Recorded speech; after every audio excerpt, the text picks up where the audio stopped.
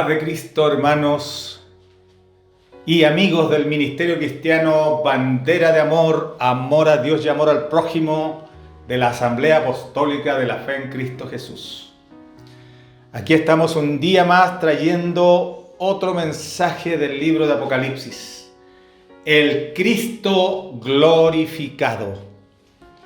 El Cristo glorificado es la segunda dimensión de su manifestación. La primera etapa de su manifestación fue su manifestación en carne, presentado como hombre entre los hombres, Emmanuel, Dios con nosotros a la manera de un hombre. Y después de su muerte, su resurrección y su ascensión, empieza la etapa que el apóstol Pablo llamó en 1 de Timoteo 3:16, que es grande el misterio de la piedad. Dios fue manifestado en carne, etapa 1, pero también fue glorificado en el Espíritu. Esa es la segunda etapa, el Cristo glorificado, el Cristo transformado a otra dimensión, a la cuarta dimensión que no se sujeta a la materia. Y este Cristo se presenta al apóstol Juan en la isla de Patmos y le presenta el plan de cómo él va a escudriñar a las iglesias a través de todos sus tiempos y en todas las latitudes. El Señor le da un estatus a los que amó y lavó con su sangre. Los hace reyes y sacerdotes para Dios su Padre. Hubiese sido suficiente con amarnos y limpiarnos, pero Dios no se quedó en eso, fue más allá y nos hizo reyes y sacerdotes. Tenemos que considerar esa posición. Somos reyes en una etapa previa, somos la realeza de Dios. Este no es un estatus para gloriarnos de una posición de autoridad, sino que somos sacerdotes, siervos especiales de Dios. Representamos a Dios ante los hombres y a los hombres delante de Dios. Somos los que ofrecemos sacrificio a Dios, según lo dijo Hebreos 13:15. Y tenemos un acceso privilegiado a la presencia de Dios. Romanos 5, 1 y 2. El Señor nos elevó a un estatus único y especial que el mundo, los naturales, no pueden entender. En el Antiguo Testamento se prohibía a los hombres combinar los cargos de rey y sacerdote. El rey Usías intentó combinar ambos cargos y pagó por ello. Pero en el nuevo pacto podemos ser semejantes al Señor y podemos ser al mismo tiempo reyes y sacerdotes para Dios. Y por esto, por lo que el Señor ha hecho, por su gran amor, por su gran misericordia de darnos todo lo que no merecemos, Él merece la gloria y el imperio por los siglos de los siglos, por toda la eternidad.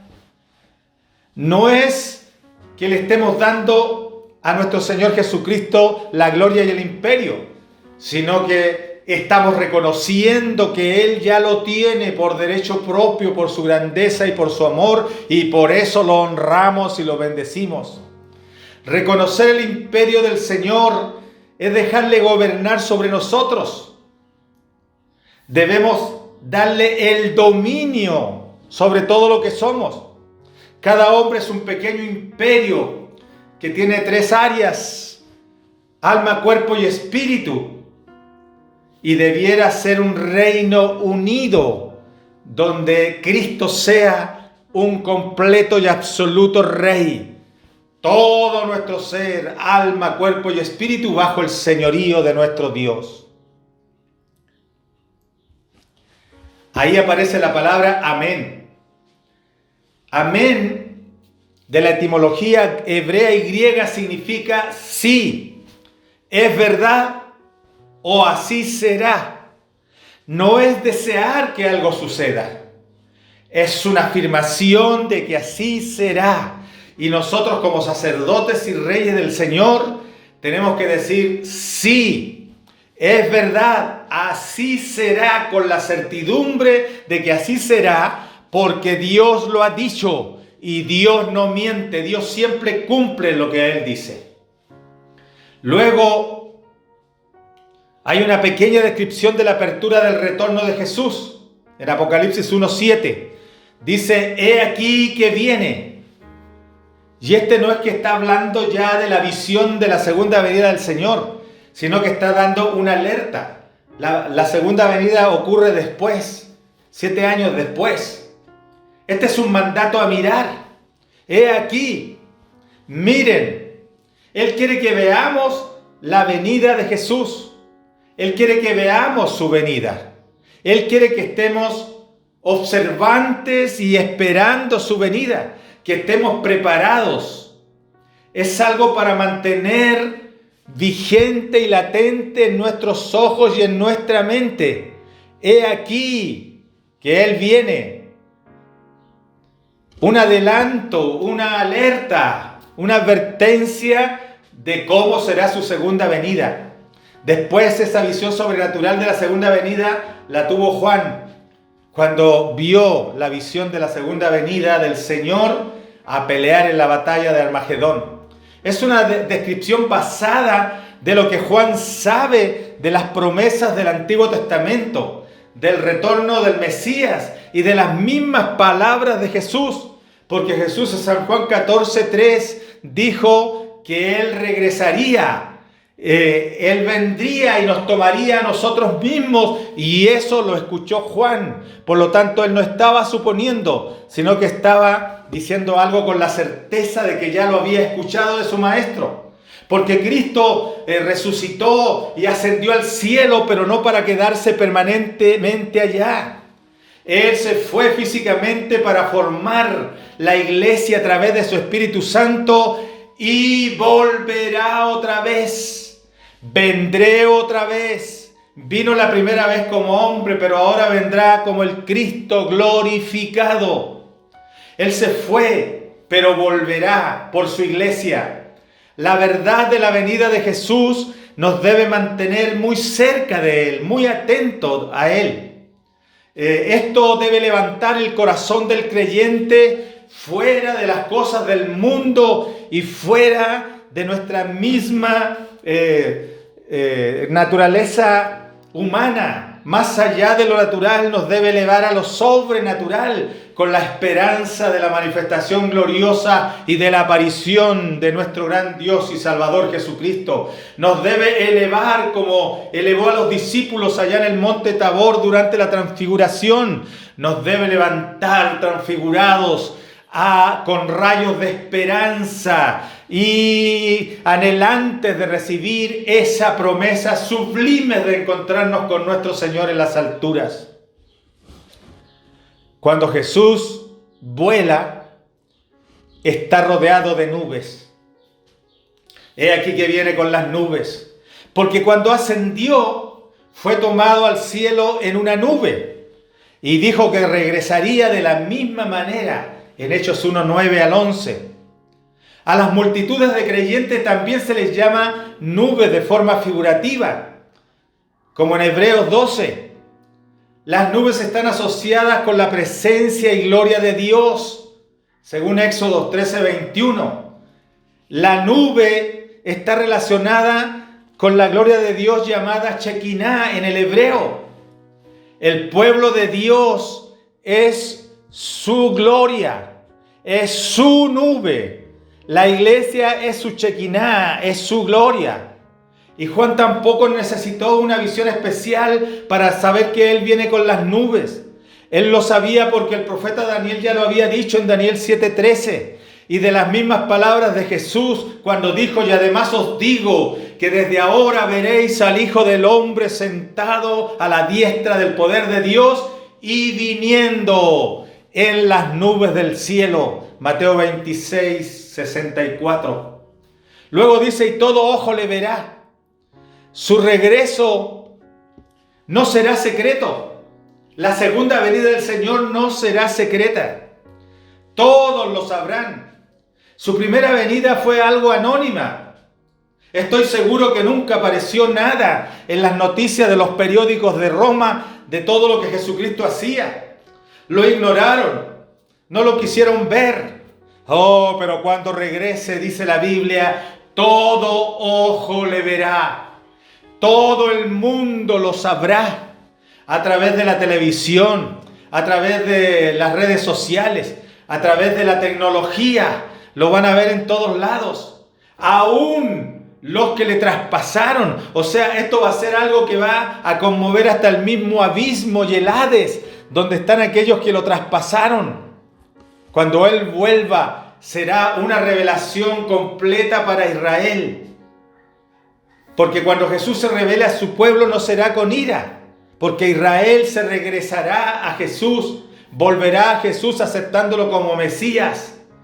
Y cuando vean a Jesús, que Él es el que viene con las nubes, que Él es el que viene rodeado de un ejército de ángeles y con la iglesia, entonces se darán cuenta de lo que hicieron los que ejecutaron la crucifixión de Cristo, los que gritaron crucifícale, y también los hijos de ellos a través de 20 siglos de generaciones sucesivas.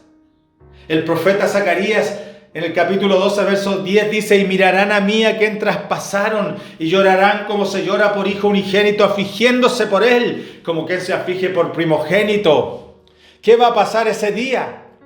Que los judíos se van a dar cuenta que lo que sucedió hace más de 2000 años atrás fue que ellos crucificaron al Señor de gloria. El apóstol Pablo dice: porque si lo hubiesen conocido, nunca hubiesen crucificado al Señor de gloria. El apóstol Pedro dice: y vosotros matasteis al autor de la vida. Jesús lloró sobre Jerusalén y dijo: oh Jerusalén, si conocieras tu día, porque el Dios Todopoderoso, el Creador del universo, estaba pasando entre ellos escondido en un cuerpo humano, y ellos no se dieron cuenta a pesar de haber estado estudiando la Torá, la ley, los profetas y la historia y todo. No se dieron cuenta, no se percataron, no percibieron que el que andaba entre ellos era Dios mismo.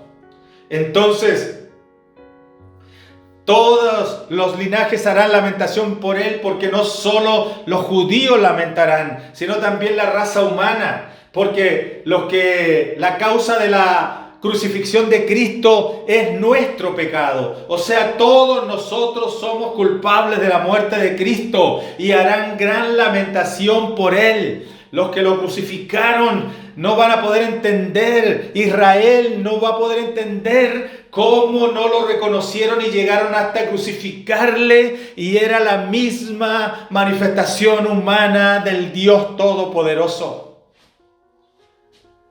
Entonces, mirarán la cruz, mirarán al que traspasaron y dirán: nosotros le hicimos eso. ¿Cómo es posible que hayamos hecho tal crimen? Un teocidio. Crucificamos a la manifestación humana del único Dios. Entonces Juan recordó Mateo 24:20, entonces aparecerá la señal del Hijo del Hombre en el cielo, y entonces lamentarán todas las tribus de la tierra y verán al Hijo del Hombre viniendo sobre las nubes del cielo con poder y gran gloria, que no se parecerá en nada al que crucificaron, sino que vendrá lleno de poder y lleno de gloria. A partir de Apocalipsis 1:8, Jesús se introduce él mismo. Juan ha estado introduciendo todo lo que el Señor le mostró, pero ahora Jesús se introduce y empieza diciendo: yo soy el Alfa y la Omega. Juan termina su introducción y Jesús empieza su propia introducción. Después de todo, el libro es la revelación de Jesucristo. Los títulos Alfa y Omega, principio y fin, los reclama Jesús. El que es, el que era, el que ha de venir, es dirigido a nuestro Señor Jesucristo. Estos títulos declaran que Él es antes de todas las cosas y que Él permanecerá mucho más allá, eternamente, más allá de todo. Alfa es la primera letra del alfabeto griego y Omega la última. En nuestro alfabeto español Él estaría diciendo: yo soy de la A a la Z, principio y fin de la historia. Si Jesús es principio y fin, entonces Él tiene autoridad sobre todas las cosas. Él tiene un plan para la historia. Él dirige el camino de los eventos humanos. La vida no tiene un itinerario al azar, un destino ciego. No son ciclos irresolutos, sino que Jesús está en control de toda la historia humana y todo lo que pasa es lo que Él está dejando hacer hasta cuando llegue el momento que Él ha determinado. Él es el que es, el que era, el que ha de venir. Eso refleja su naturaleza eterna e inmutable. Jesús tiene la naturaleza eterna porque Él es Dios. Miqueas 5:2 lo expresa de la siguiente manera: y sus salidas son desde el principio de los días de la eternidad. Hebreos 13:8 dice que Jesucristo es el mismo ayer, hoy y por los siglos. Él es el Todopoderoso. El Todopoderoso viene de la palabra griega pantocrátor. Pantocrátor significa el que tiene todo en su mano. Esto habla del control soberano de Jesús sobre el pasado, sobre el presente, sobre el futuro. Todopoderoso se dice 10 veces en el Nuevo Testamento y 9 están en el Apocalipsis, porque el Apocalipsis es la manifestación de Jesucristo, el Pantocrátor, el Todopoderoso. Este libro está haciendo hincapié en la soberanía de Dios a través de nuestro Señor Jesucristo, porque Él es el Todopoderoso, el que tiene todo en su mano. Juan recibió una orden de escribir. Estaba en la isla de Patmos. La isla de Patmos es como la isla de Alcatraz en Estados Unidos, pero Patmos allá en el Imperio Romano. Era utilizada y funcionaba como prisión sin paredes. Era una isla rica en mármol y los prisioneros eran obligados a trabajar en ello, en las canteras de mármol. Era una isla rocosa, desolada, de 17 kilómetros de largo y unos 10 kilómetros de ancho. Juan estaba allí exiliado, lleno de soledad y desolación. Pero quiero decirles una cosa: ni los mares, ni los Alpes, ni los siglos pueden romper los lazos que une a los cristianos con su Cristo y su Señor. Patmos era una masa de rocas estériles, oscura en color, triste en forma. Está sobre el mar abierto cerca de la costa del oeste de Asia Menor. No tiene árboles ni ríos, ni tierra para cultivar, apenas unos rincones por los bordes de las rocas. Hay una sucia gruta allí todavía después de más de 2000 años, donde se dice que el apóstol vivió y donde tuvo las visiones. Pusieron allí una capilla que la cubre y tiene lámparas que los monjes mantienen ardiendo. Patmos todavía es estéril. La visitan de vez en cuando reunía los requisitos para ser un lugar turístico. Cuando era un lugar de castigo no la visitaba nadie, estaban allí los prisioneros solos. El exilio a tal lugar cumplía todos los requisitos que un apresador deseara para silenciar a un anciano predicador sin tener que matarlo. Allí lo iba a tener completamente aislado de todo. Nadie podría escuchar su mensaje, no podría ejercer su ministerio. Pero el Señor estaba allí con él para hacer algo mucho más grande todavía. Él estaba allí por causa de la palabra de Dios y el testimonio de Jesucristo. Juan fue arrestado y puesto en prisión por los persecutores romanos. Juan dice: yo soy vuestro hermano y copartícipe vuestro en la tribulación y en el reino y en la paciencia de Jesucristo. Él estaba sufriendo por eso. El historiador cristiano Eusebio dice que Juan fue puesto en prisión en Patmos bajo el reinado del emperador romano Domiciano. Y según Victorio, Juan, a pesar de su avanzada edad, fue obligado a realizar trabajos forzados en Patmos. Pero al morir Domiciano, se le permitió a Juan regresar a Éfeso cuando Nerón tomó el poder. Pero allí el Señor hizo algo.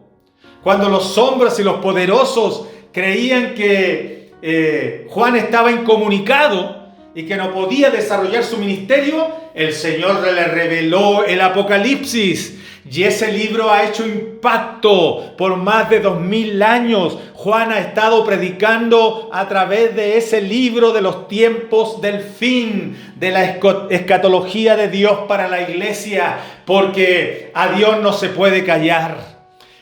Los predicadores pueden estar presos, como dijo Pablo, pero la palabra no está presa, y de alguna manera Dios se las arreglará para que el mensaje siga adelante, corriendo como una bola de nieve inatajable, y que en vez de achicarse va creciendo y agigantándose cada vez más. Juan dice: yo estaba en el Espíritu en el día del Señor. Esto tiene un significado mucho más que caminar en el Espíritu, lo opuesto de estar en la carne, como dice Gálatas 5:16. Juan estaba recibiendo una revelación singular del Espíritu Santo. Esta experiencia para Juan fue fuera del cuerpo, sin relación alguna con el ocultismo ni el espiritismo. Se define en el Espíritu como llevado más allá de lo normal, en donde se le reveló sobrenaturalmente el contenido de este libro. Hay 4 referencias en Apocalipsis de que Juan estaba en el Espíritu. Primero dice que él estaba en el Espíritu en la isla de Patmos. Luego dice que fue llevado al cielo en el Espíritu. Y luego que estaba en el monte de Dios en el Espíritu. Entonces él tuvo experiencias netamente espirituales. El día del Señor, para los romanos, el primer día del mes era llamado el día del emperador en honor a su líder máximo. Pero los cristianos honraban a Jesús el primer día de la semana por haber aparecido resucitado esa mañana. El día del Señor en el Antiguo Testamento no tiene relación con un día en particular, y tampoco aquí en el Apocalipsis. Cuando la Biblia dice el día del Señor, está hablando del día grande, del día profético, que a partir del arrebatamiento durará 1007 años.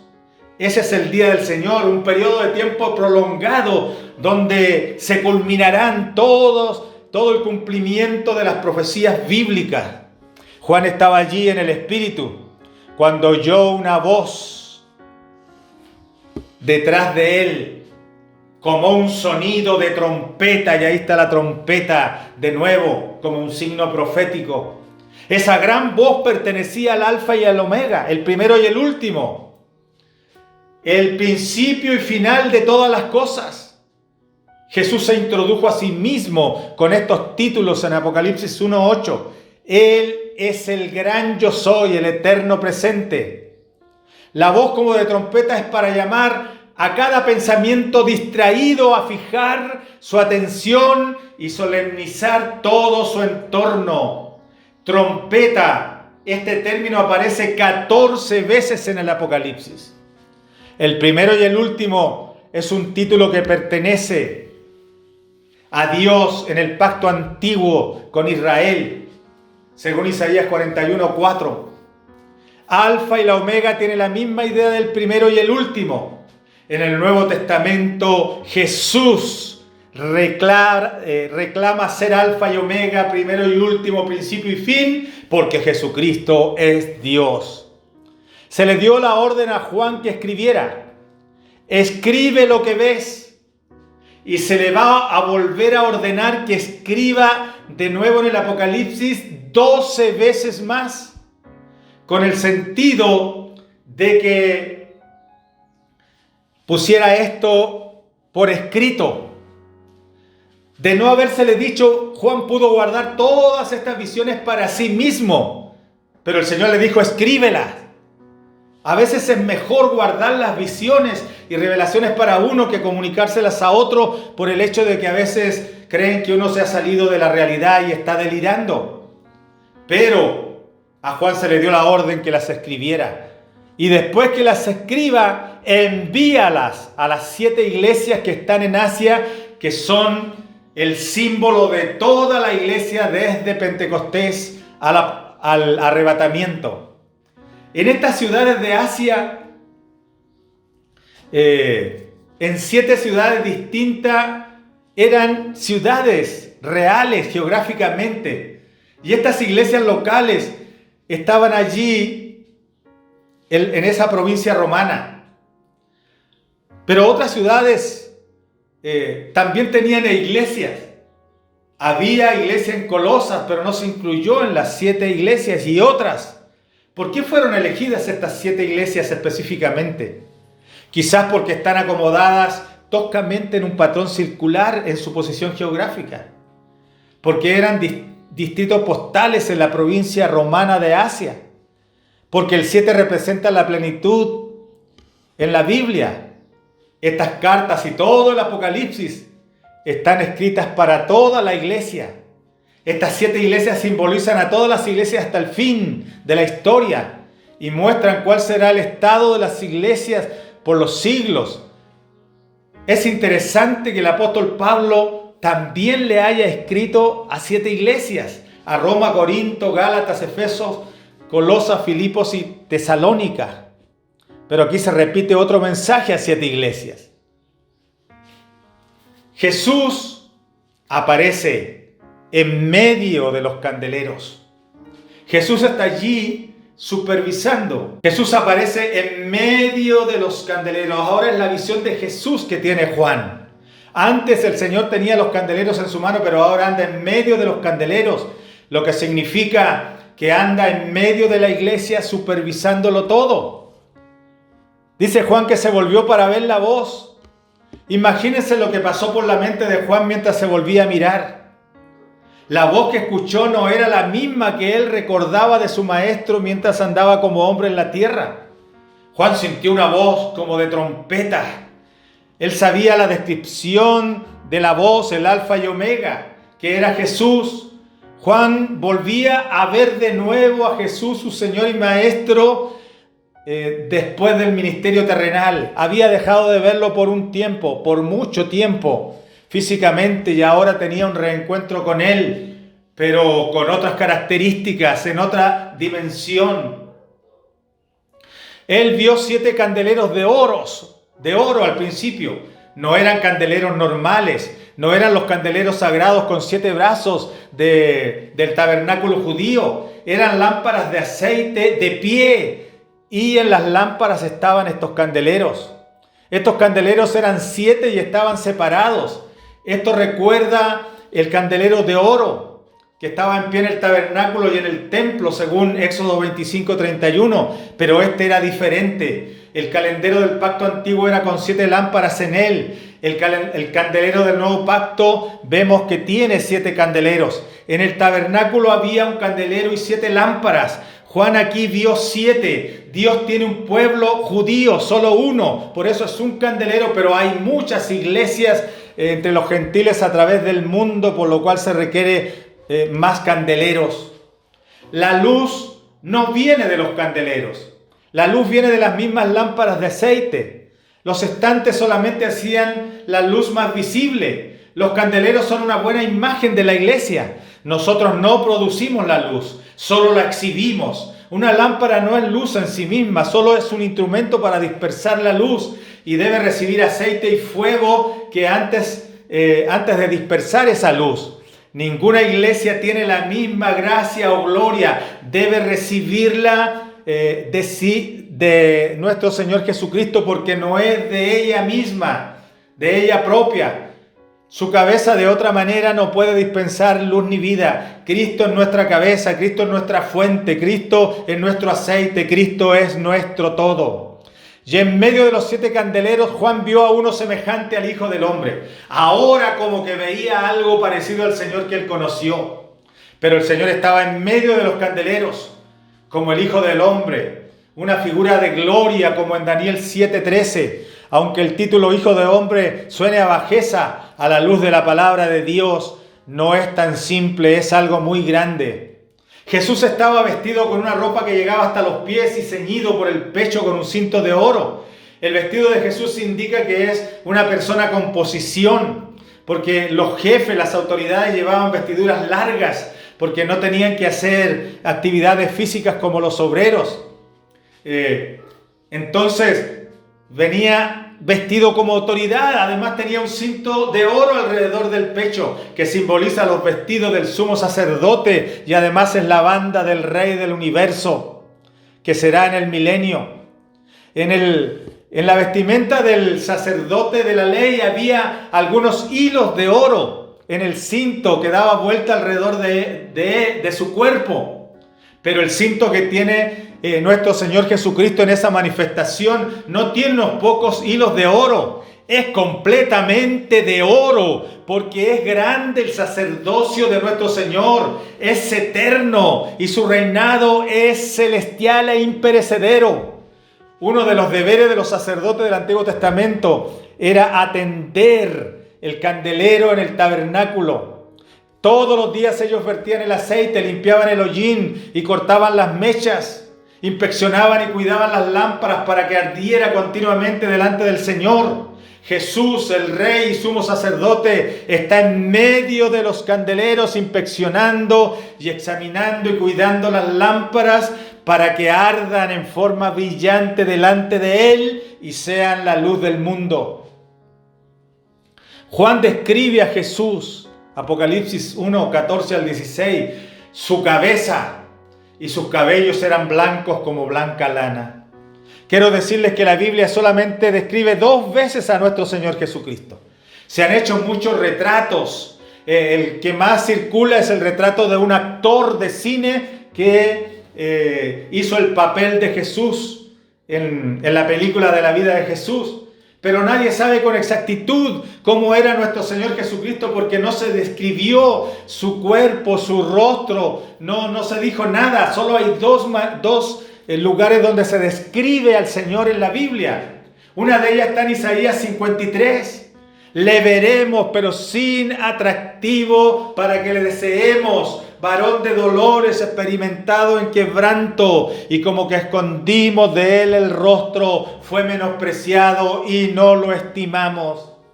Esa es la descripción de Jesús en la cruz. La segunda descripción de Jesús en la Biblia es esta: en gloria, glorificado, lleno de poder, lleno de grandeza. Y Juan empieza diciendo su cabeza y sus cabellos eran blancos como blanca lana, como señal de madurez. En esa cultura el blanco, las canas conectan con la sabiduría y la longevidad, que es símbolo de eternidad. Blancos como nieve enfatiza la idea de su santidad y pureza. El cabello y la cabeza blanca conectan a Jesús con el anciano de días que vio el profeta Daniel. El término de anciano de días pertenece solo a Dios y aquí se le asigna a Cristo porque Jesucristo es Dios. Su cabeza y su cabello blanco como la nieve habla de la antigüedad de su reinado. Esto no es solo emblema de antigüedad, sino evidencia de su gloria. La blancura y esplendor de su cabeza y cabello proceden de los rayos de su gloria que circundan su cabeza y salen disparados en todas direcciones. Sus ojos como llama de fuego. El fuego se asocia en el juicio, en las escrituras, y aquí aparece su manifestación y se apronta a juzgar el estado de las 7 iglesias. Por eso tiene sus ojos como llama de fuego, inquisidores, examinadores con juicio. Él le va a decir a la iglesia en sus 7 tiempos en qué está fallando. Le va a criticar y va a condenar algunas de sus prácticas. Les va a alabar otras, les va a hacer advertencia y les va a dar promesas de esperanzas como el que venciere.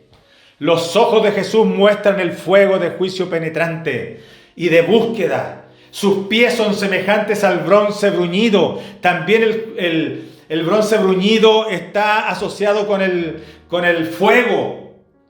Y por eso Él tiene los pies de esta manera, porque Él fue puesto a prueba, pasó por el fuego de la prueba y salió refinado, con pureza total, salió victorioso. Jesús pasó por el fuego refinador. Por eso dice la Escritura que fue tentado en todo, pero fue sin pecado, porque pasó por el juicio y salió adelante. El bronce está asociado con juicio y sacrificio. El altar de sacrificio del tabernáculo de Israel era de bronce, donde el sacerdote se reflejaba y donde se tenía que lavar allí para luego entrar al lugar santo.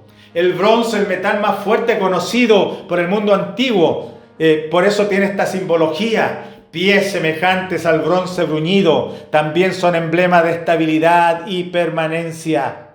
La voz del Cristo glorificado es como el estruendo de muchas aguas. Esto significa que la voz tenía el poder y la majestad de una catarata inmensa, como las cataratas del Niágara o las cataratas de Iguazú. Tenía en su diestra 7 estrellas. Las 7 estrellas hablan de los líderes de las 7 iglesias. Las 7 estrellas están seguras en la mano de Jesús. 7 es el número de plenitud. Él tiene a la iglesia en su mano. De su boca salía una espada aguda de 2 filos. Esta es una espada pesada llamada rompaya en hebreo, utilizada para matar y destruir. El Nuevo Testamento habla de una espada más pequeña, conocido en griego como machaira, en Hebreos 4:12. Usa el término para esta espada pequeña y precisa. Que salga de su boca no es que Jesús lleve una espada entre sus dientes. La idea es que esta espada es su poderosa palabra. Su arma es la palabra. Y la nuestra también. Nuestra arma es la palabra de Dios, según Efesios 6:17. Juan no vio una espada que salía de la boca de Jesús. Él escuchó palabras que salían de la boca del Señor y sintió el poder penetrante de esas palabras como el filo de una espada que traspasaba su alma. Esa espada aguda de 2 filos. No hay manera de que no tenga un efecto en nuestra vida porque tiene 2 filos. Si no, corta al entrar, corta al salir, pero algo hace. Todos los que han escuchado la palabra de Dios tienen una reacción ante ese conocimiento para salvación o para condenación. Su rostro era como el sol cuando resplandece en su fuerza. La gloria de Jesús es tan grande, tan brillante, que es difícil verlo por ese resplandor. Es la misma gloria de su transfiguración cuando brilló como el sol en el monte Tabor. Su rostro era como el sol en su cenit, un día brillante de verano, cuando las nubes no pueden abatir el esplendor de sus rayos. En la mano derecha de Cristo hay 7 estrellas que se ven insignificantes ante el brillo del rostro del Señor. Hay 7 estrellas. Pero ¿quién puede ver 7 estrellas? ¿Quién puede ver 70 estrellas? ¿Quién puede ver 7,000 estrellas o 70,000? Cuando el sol está con toda su fuerza, en el día nosotros no vemos las estrellas porque el sol es más fuerte. El rostro del Señor es tan fuerte que va a opacar todo lo que esté a su alrededor a muchas millas y kilómetros de distancia. ¡Qué dulce es que el Señor mismo esté tan presente en medio de las congregaciones!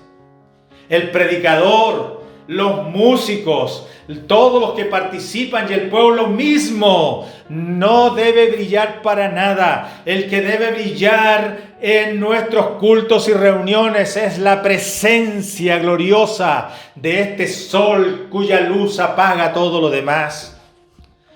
Todo en esta visión habla de la fuerza, majestad y autoridad y justicia. Hay una diferencia entre la visión de Jesús y los muchos retratos tan débiles que se muestran hoy día. El Jesús que Juan vio es el Jesús real, el que vive y reina para siempre y que tiene todo el poder. Esta es la descripción actual de nuestro Señor Jesucristo.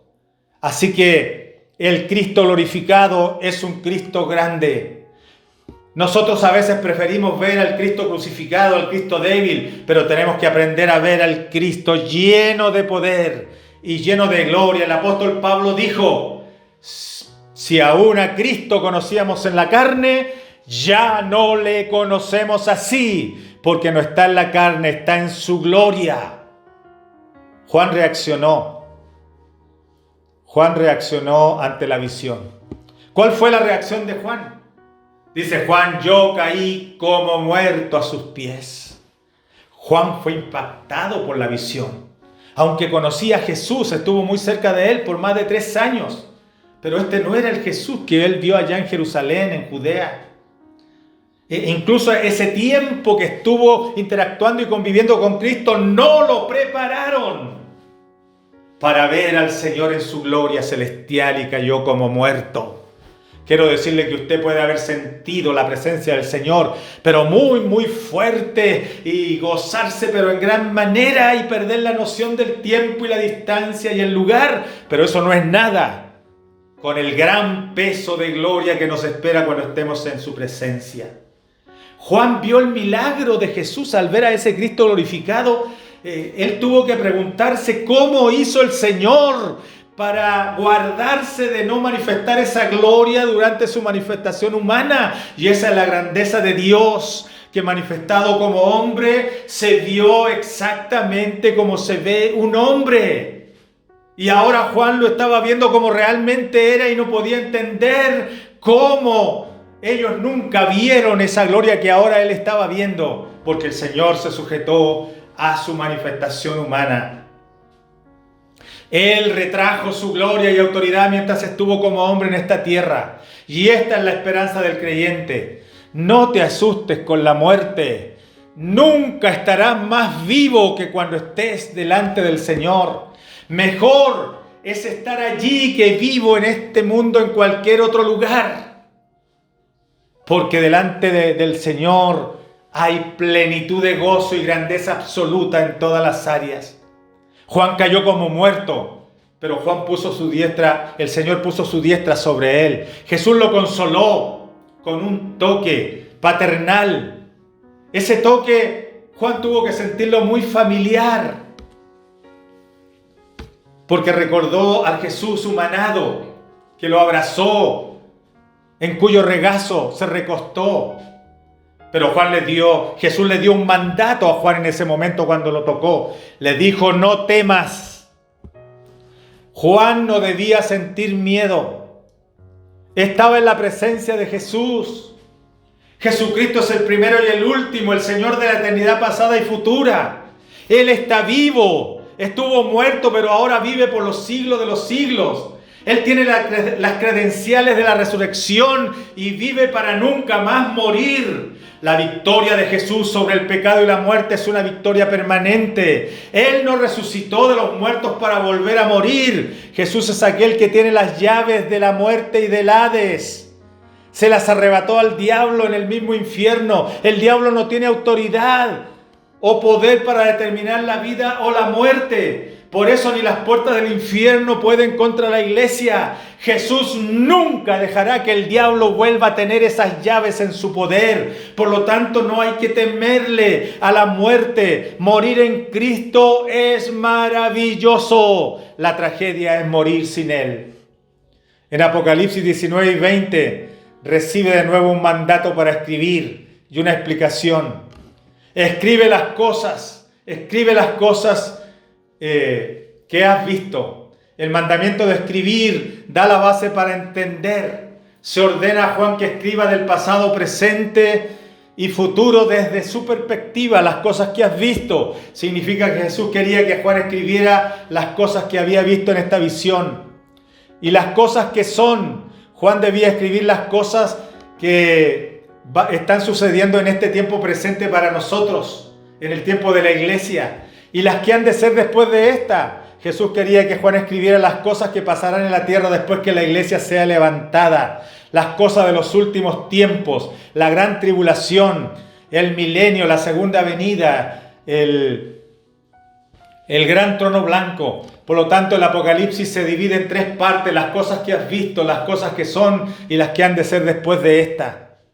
Las 7 estrellas son los 7 ángeles de las 7 iglesias, y los 7 candeleros que has visto son las 7 iglesias. Jesús amablemente interpreta sus propias imágenes. La estrella en su mano representan a los ángeles de la iglesia, y los candeleros representan las 7 iglesias.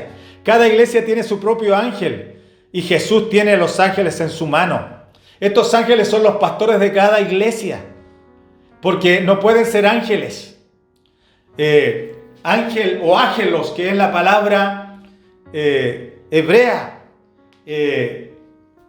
significa mensajero, y los pastores son los que traen el mensaje de Dios a la iglesia. A los ángeles no se les ha dado predicar el evangelio, ni ser pastores de la iglesia. Los ángeles no pueden ser ángeles guardianes sobre cada congregación. Los ángeles no pueden representar el espíritu prevaleciente de cada iglesia. Porque Hebreos 2:5 dicen, porque no sujetó a los ángeles al mundo venidero, acerca del cual estamos hablando. Porque ciertamente no socorrió a los ángeles, sino que socorrió a la descendencia de Abraham. Hebreos 2:16. Ángeles de la iglesia responde a ese oficial de sinagoga judía llamado mensajero, y cuya misión era leer la Torá, orar y enseñar en cada sinagoga. Es importante notar en dónde están los ángeles: a la diestra de Jesús. Este es un lugar de fuerza y seguridad. Aún las iglesias problemáticas descritas en los siguientes capítulos de Apocalipsis están en la mano de Dios, están en la presencia de Dios, están resguardadas con la fortaleza de Dios. Esta visión es espectacular. Muchos desean ver una visión como la de Juan, pero podemos ver al mismo Jesús que Juan vio. Quizás no podamos ver toda la visión repetida de nuevo para nosotros, pero sí vamos a ver a Jesús. Juan dijo en 1 Juan 3:2 que le veremos tal como Él es. Podemos conocer su pureza, sabiduría, juicio, victoria, autoridad. Cada aspecto de su naturaleza es para conocerlo íntimamente. Para esta visión espectacular de Juan, él estaba preso en Patmos. Jesús es conocido íntimamente en medio del sufrimiento y las pruebas. Juan y Esteban vieron a Jesús de forma gloriosa cuando estaban padeciendo por la causa de Jesús. La ira de los malvados nos acerca a los santos al favor de Dios. Así que quizás queramos tener las visiones de Juan, pero quizás no queremos estar en la posición de Juan en la isla de Patmos, ni en la de Esteban siendo apedreado. Allí es donde se ve la gloria de Dios en medio de las pruebas y las dificultades. Así que aquí está el Cristo glorificado, un Cristo que se le presentó a Juan y que cayó impactado como muerto a tierra, pero que Él lo levantó y le mostró las visiones más gloriosas de los tiempos del fin. Este Cristo viene por su iglesia. No veremos a un Cristo crucificado descender del cielo. No veremos a un Cristo con las manos heridas y su costado abierto y sus pies desgarrados. No veremos a un Cristo con su piel de todo su cuerpo torturado por los látigos, hecho tiras. No, veremos a un Cristo con su cabeza y su cabello blanco, sus ojos como llama de fuego, su voz como el estruendo de muchas aguas, vestido con su cinto de oro y con vestiduras blancas y con pies como bronce bruñido. Veremos al Cristo glorificado, al eterno, a esa imagen que vamos a ver. Es como Dios sería si hubiese sido eternamente visible. Veremos a Dios descendiendo por su iglesia. Yo quiero estar ahí. Usted también tiene que estar ahí. Acepte a Cristo hoy. Levántese de su decadencia. Y los que estamos firmes, miremos que no caigamos y sigamos trabajando con más fuerza, porque tenemos que estar allí para su llamado. Bandera de amor. Amor a Dios y amor al prójimo.